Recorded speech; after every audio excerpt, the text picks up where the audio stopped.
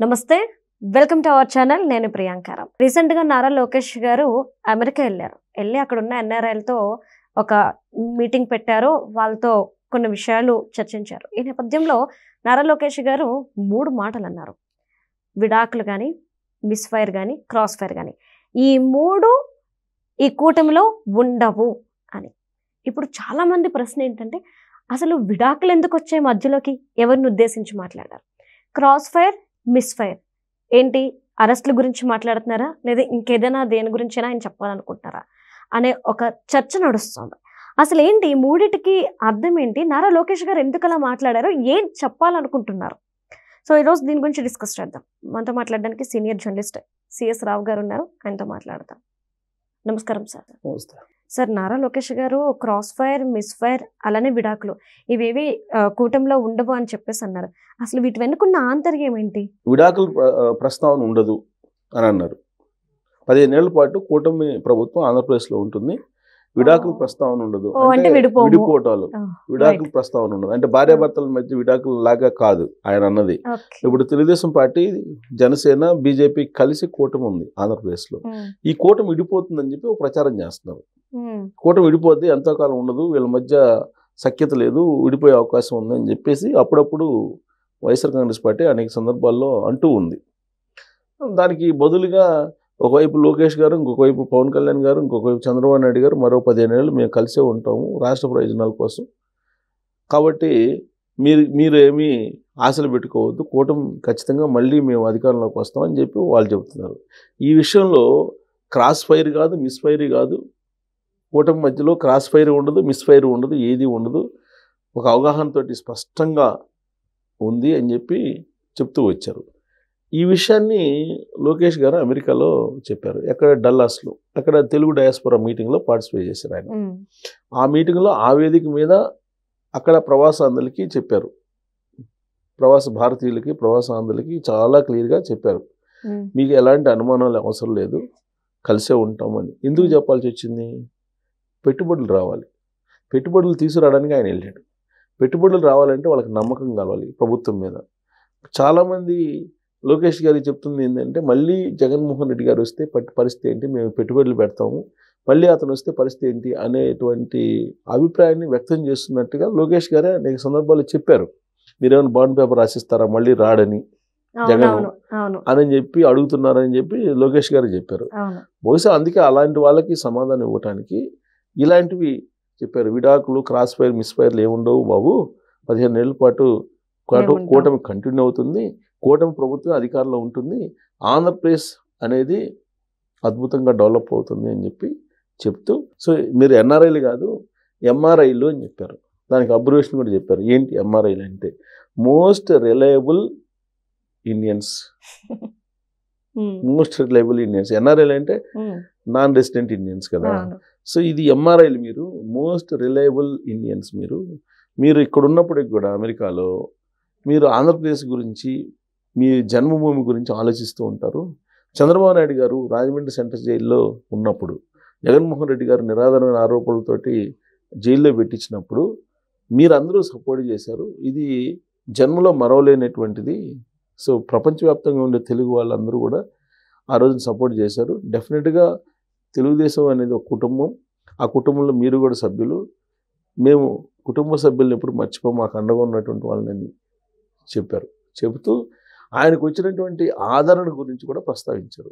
ప్రస్తావిస్తూ 9 ఇయర్స్ పాటు అమెరికాలో ఉండి ప్రపంచ బ్యాంకులో కూడా జాబ్ చేశాను, కానీ ఎప్పుడు వచ్చినా కానీ నాకు ఎలాంటి పెద్ద ఫీలింగ్ లేదు, కానీ ఈసారి స్పెషల్ ఫీలింగ్ కలిగింది అని చెప్తూ ఏం ఫీలింగ్ కలిగింది అని చెప్పి ఆయన చెప్పారు. ఆయన మాట్లాడారు. ఆ వీడియో నేను చూశాను, సోషల్ మీడియాలో కూడా వైరల్ అవుతుంది. ఈయన అమెరికాలో దిగిన తర్వాత, శాన్ ఫ్రాన్సిస్కోలో దిగిన తర్వాత అక్కడ ఉండేటువంటి హోమ్ల్యాండ్ సెక్యూరిటీ మీరు బయటికి వెళ్ళడానికి లేదని చెప్పేసి అన్నారంట. ఓకే, ఈయన బయటికి ఎందుకు వెళ్ళకూడదు అని చెప్పేసి ఈయన ఆలోచిస్తున్న టైంలో, మీకోసం చాలామంది అక్కడ వెయిట్ చేస్తున్నారు, మీరు అక్కడ బయటకి వెళ్తే గందరగోళం అవుతుంది, so you wait for some time here అని చెప్పేసి అన్నారంట హోమ్ల్యాండ్ సెక్యూరిటీ. సో అంటే ఎంత పెద్ద ఎత్తున లోకేష్ గారికి ఆహ్వానం పలకడానికి ఎయిర్పోర్ట్ బయట మన వాళ్ళు, మన ఎన్ఆర్ఐలు వెయిట్ చేస్తున్నారు అనే దానికి నిదర్శనం అది. అక్కడ ఉండేటువంటి పోలీస్ కాప్స్ అంటారు అక్కడ, అక్కడ ఉండేటువంటి కాప్స్ ఆయన సజెషన్ చేశారంట, మీరు వెళ్ళకండి, ఆడ వెళ్తే కాదు, అరేంజ్మెంట్స్ చేసిన తర్వాత మేము మళ్ళీ వెళ్దు కానీ వెయిట్ ఫర్ సమ్ టైమ్ అని చెప్పేసి ఆయన ఎయిర్పోర్ట్లో చెప్పారంట. ఫస్ట్ ఈయన షాక్ అయ్యాడంట, ఏంటి నన్ను ఆగమంటున్నారు ఏంటండి, 10 minutes ఆగండి అని అంటే 10 minutes ఆగండి అని చెప్పారంట. అక్కడేమి స్పెషల్గా ఉండదు కదా, ఎవరిని అందరినీ ఒకేలాగా చూస్తారు. వెయిట్ ఫర్ సమ్ టైమ్ అనగానే ఎందుకు ఆపుతున్నారు అనుకున్నాను ఈయన. నేను 9 years ఉన్నాను అమెరికాలో, ప్లస్ వరల్డ్ బ్యాంక్ దాంట్లో జాబ్ చేశాను, నన్ను ఆపుతున్నారు ఏంటి అనుకున్నానంట. తీరా చూస్తే రీజన్ ఏంటంటే బయట చాలా పెద్ద ఎత్తున వెయిట్ చేస్తున్నారు అని. అంటే అంత అపూర్వ ఆదరణ లోకేష్ గారికి లభించింది. సార్ అంటే మేము 15 ఏళ్ల పాటు మేము కలిసి ఉంటాము అని చెప్పేసి ఇంత స్ట్రాంగ్గా ఇటు పవన్ కళ్యాణ్ గారు చెప్తున్నారు, చంద్రబాబు నాయుడు గారు చెప్తున్నారు, పురంధేశ్వరి గారు చెప్తున్నారు, లోకేష్ చెప్తున్నారు. కానీ వైసీపీ వాళ్ళు విశ్వ ప్రయత్నాలు చేస్తున్నారు కదా, కులాల మధ్య చిచ్చుపడితే విడిపోతారని, లేదంటే ఇంకేదో చేస్తే విడిపోతారని. వీటిని తట్టుకొని నిలబడతారు అంటారా? ఇప్పుడు రాష్ట్ర ప్రయోజనాలు అని చెప్పారు కదా. అంటే రాష్ట్ర ప్రయోజనాలు ఓకే సార్, నాయకులు స్ట్రాంగ్ గానే ఉన్నారు, కానీ క్యాడర్ ఉంటుంది కదా, వాళ్ళ మధ్య చిచ్చు పెడితే ఎఫెక్ట్ అవుతుంది కదా. అందుకే పవన్ కళ్యాణ్ గారు చిత్తూరులో 4 రోజుల క్రితం ఒక మీటింగ్ పెట్టారు. అవును, ఆ మీటింగ్ కి తెలుగుదేశం వాళ్ళు వచ్చారు, జనసేన వాళ్ళు వచ్చారు, బీజేపీ వాళ్ళు వచ్చారు, మొత్తం 3 పార్టీలకు సంబంధించిన క్యాడర్ వచ్చారు. ఆయన చాలా క్లియర్గా చెప్పారు, మీరు మాతోటి కలిసి వస్తే రండి, నన్ను సీఎం చూడాలని చెప్పి, నేను సీఎం కావాలని చెప్పి సీఎం అని అరవడం, లేదంటే మీరు ఎందుకు సీఎం కావట్లేదని చెప్పి అడగడం, ఇవన్నీ మానేయండి, బంద్ చేయండి. రాష్ట్ర ప్రయోజనాలు ముఖ్యం. పార్టీ పెట్టింది ఎందుకోసం? ప్రజాసేవ కోసం పెట్టాం, అధికారం కోసం కాదు. అనుభవజ్ఞుడైనటువంటి చంద్రబాబు నాయుడు గారు ఉన్నారు, ఆయనకు ఒక బ్రాండ్ ఉంది, ఆ బ్రాండ్ తోటి ఆంధ్రప్రదేశ్ని అభివృద్ధి చేస్తున్నాం. దీనికి అందరం కలిసి మనం పనిచేయాలి. కాబట్టి జనసేనలో ఎవరైనా క్యాడరు తెలుగుదేశం పార్టీ వాళ్ళు అట్టున్నారు, తెలుగుదేశం పార్టీ వాళ్ళకి పదవులు వచ్చినాయి, మాకు అన్ని రాలేదు, ఇలా ఫీలింగ్స్ మీరు పెట్టుకోవద్దు. ఒకవేళ మీరు అలాంటి ఫీలింగ్స్ పెట్టుకొని మీరు ఏదన్నా వెస్టర్న్ ఇంట్రెస్ట్ ఉంటే మీరు వెళ్ళిపోవచ్చు, అవసరం లే.